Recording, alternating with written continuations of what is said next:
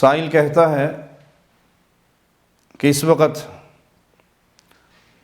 وطن عزیز پاکستان جن حالات و مشکلات سے دوچار ہے، یقیناً آپ جیسے اصحاب بصیرت سے پوشیدہ نہ ہوگا کہ ہر طرف سے دشمنوں کے نرغے میں ہے، کئی اندرونی اور بیرونی خطرات لاحق ہیں۔ اس کے باوجود ہم دیکھتے ہیں کہ بعض لوگ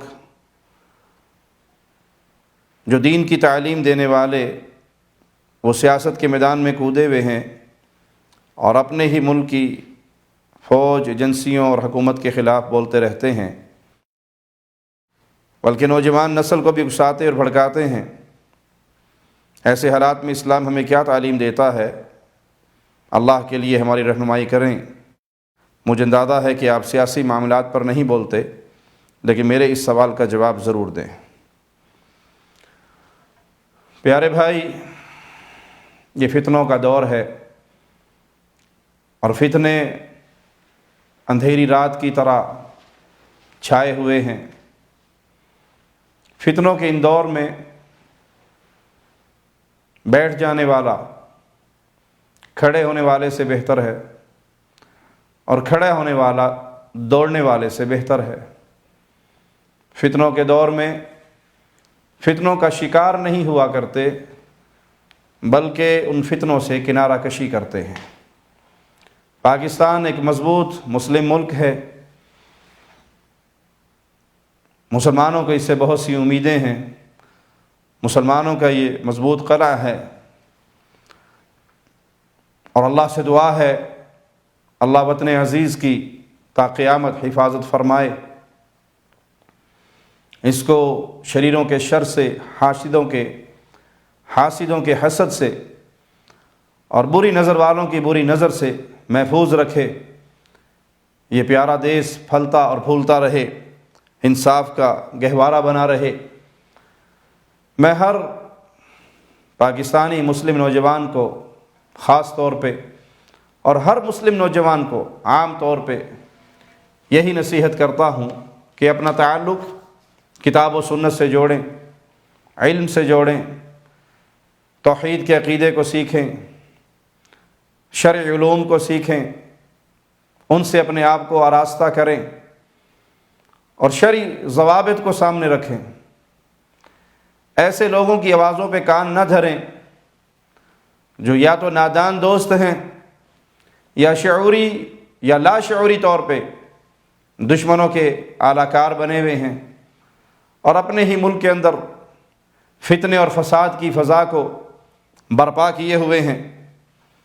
ان سے اپنے دامن کو بچائیں اور تخریب کی کسی دعوت پر لبیک نہ کہیں، انتشار کے کسی آوازے پر کان نہ دھریں، خاص طور پہ وہ آوازیں جو اپنے ہی ملک کے اندر فتنہ و فساد کو بھڑکانے کے لیے اٹھتی ہیں، اپنے ملک کی فوجوں کے خلاف، حکومت کے خلاف، ایجنسیوں کے خلاف۔ یہ لوگ آپ کو استعمال کرتے ہیں اور آپ نادانی اور بے علمی میں استعمال ہو جاتے ہیں۔ اپنا تعلق کتاب و سنت سے جوڑیں اور ایسے علماء سے جوڑیں جو سلفی منہج پر ہوں۔ سلفی منہج، اس میں بہت خیر ہے اور بہت بھلائی ہے۔ یہ نوجوانوں کو حکام کے خلاف بھڑکانے والوں سے بہت دور کرتا ہے۔ دیکھیے موسیٰ علیہ السلام کو اور ہارون علیہ السلام کو اللہ مالک فرعون کی طرف بھیج رہا ہے اور ان کو درس کیا دیا جا رہا ہے کہ فرعون کے پاس جاؤ اور اس کے ساتھ نرم گفتگو کرو۔ وہ وقت کا طاغوت ہے اور نبی کو حکم ہے کہ اس کے پاس جاؤ اور اس کے پاس جا کر اس سے نرم گفتگو کرو، اس تک پیغام پہنچاؤ۔ تو حکام تک آواز پہنچانا، نصیحت کرنا، یہ سلفی منہج ہے۔ ممبروں پہ کھڑے ہو کے ان کو لتاڑنا، عوام کو ان کے خلاف بھڑکانا اور اپنے ہی ملک کی اداروں کے خلاف بھڑکانا، یہ سلفی منہج نہیں اور نہ ہی اس کا سلفیت سے کوئی تعلق ہے۔ اس سے دشمنوں کے مقاصد پورے ہوتے ہیں۔ آپ کی ایجنسییں، آپ کے ادارے، آپ کی حکومت، جنہوں نے دشمنوں کو جواب دینا تھا، وہ اپنے ایسے نادان دوستوں کے ہاتھوں ملک کے اندر پریشان رہتے ہیں، ملک و قوم کی بدنامی ہوتی ہے، اور ان جذباتی نعروں سے نقصانات کا ایک بہت بڑا انبار لگ جاتا ہے، بہت بڑا نقصان ہوتا ہے۔ تو سلفیت کے ساتھ، سلفی منہج کے ساتھ پختہ وابستگی اختیار کریں، دین کو سیکھیں۔ آپ اہل دین ہیں، آپ اہل علم ہیں، آپ کا تعلق علم کے ساتھ ہے۔ سیاست کا معاملہ سیاستدانوں کے لیے چھوڑ دیں، اداروں کا معاملہ ان کے لیے چھوڑ دیں، وہ زیادہ بہتر جانتے ہیں کہ کس موقع پر کیا قدم اٹھانا ہے اور کس موقع پر کیا کردار ادا کرنا ہے۔ آپ لوگوں کو کتاب و سنت کی دعوت دیں، اللہ کا فرمان سنائیں، رسول اللہ صلی اللہ علیہ وسلم کا فرمان سنائیں، اور دست و بازو بنے ان لوگوں کے جو ملک میں امن کو قائم رکھنا چاہتے ہیں، ان کے دست و بازو بنے، ان کے ساتھ کھڑے ہوں۔ اس طرح کے فضول نعرے، اس طرح کے انتشار کی گفتگو، افتراق کی گفتگو، تکفیر کی گفتگو، وہ ملک کے لیے باعث نقصان ہے، اداروں کے لیے باعث نقصان ہے، امت کے لیے باعث نقصان ہے۔ اس وقت امت انتہائی پریشانی کے حال میں ہے، اور خاص طور پہ وطن عزیز انتہائی پریشانی کے حال میں ہے، ہر طرف سے دشمنوں کا گھیراؤ ہے۔ تو آپ بجائے ان دشمنوں کے اعلی بننے کے اپنے اداروں کے ساتھ کھڑے ہوں۔ ان میں اگر کوئی کمیاں ہیں، خرابیاں ہیں، کوتاہیاں ہیں، تو ان کے لیے دعا کریں، ان کے لیے نصیحت کا راستہ اختیار کریں، خروج کا، بغاوت کا، سڑکوں پہ آنے کا، احتجاج کا، جلسوں جلوسوں کا، توڑ پھوڑ کا، نقصانات کرنے کا، لوگوں کی دکانوں کو لوٹنے کا۔ یہ راستہ اہل ایمان کو دین اسلام نہیں سکھاتا۔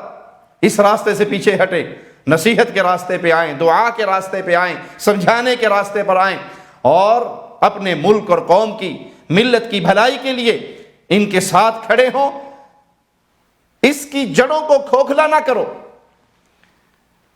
یہ امن کی قیمت پوچھنی ہے تو ان سے پوچھو جو آپ کے دائیں بائیں آباد ہیں۔ دائیں بائیں ملکوں میں جھانک کر دیکھو، کتنے ملک ہیں جو امن کی دولت سے اور امن کی فضاؤں سے محروم ہو چکے ہیں۔ عزتیں لٹ گئی، مال لٹ گئے، گھر برباد ہو گئے، قومیں تباہ ہو گئی۔ اس کے پیچھے اسی طرح کی گفتگو اور اسی طرح کی آوازیں ہیں۔ لہذا اپنے ملک کی سالمیت کے لیے، قوت کے لیے، تقویت کے لیے اپنا وہ کردار ادا کریں جو آپ کو علماء سلف سکھاتے ہیں، اور جو آپ کو سلفی منہج سکھاتا ہے، اس راستے پر چلیں۔ اللہ سے دعا ہے اللہ تمام مسلمانوں کے ممالک کی حفاظت فرمائے، شریروں کا شر انہی پہ لوٹائے، حاسدوں کا حسد انہی پہ لوٹائے، ظالموں کا ظلم انہی پہ لوٹائے، اور امت مسلمہ پہ خاص اپنی رحمت کا نزول فرمائے۔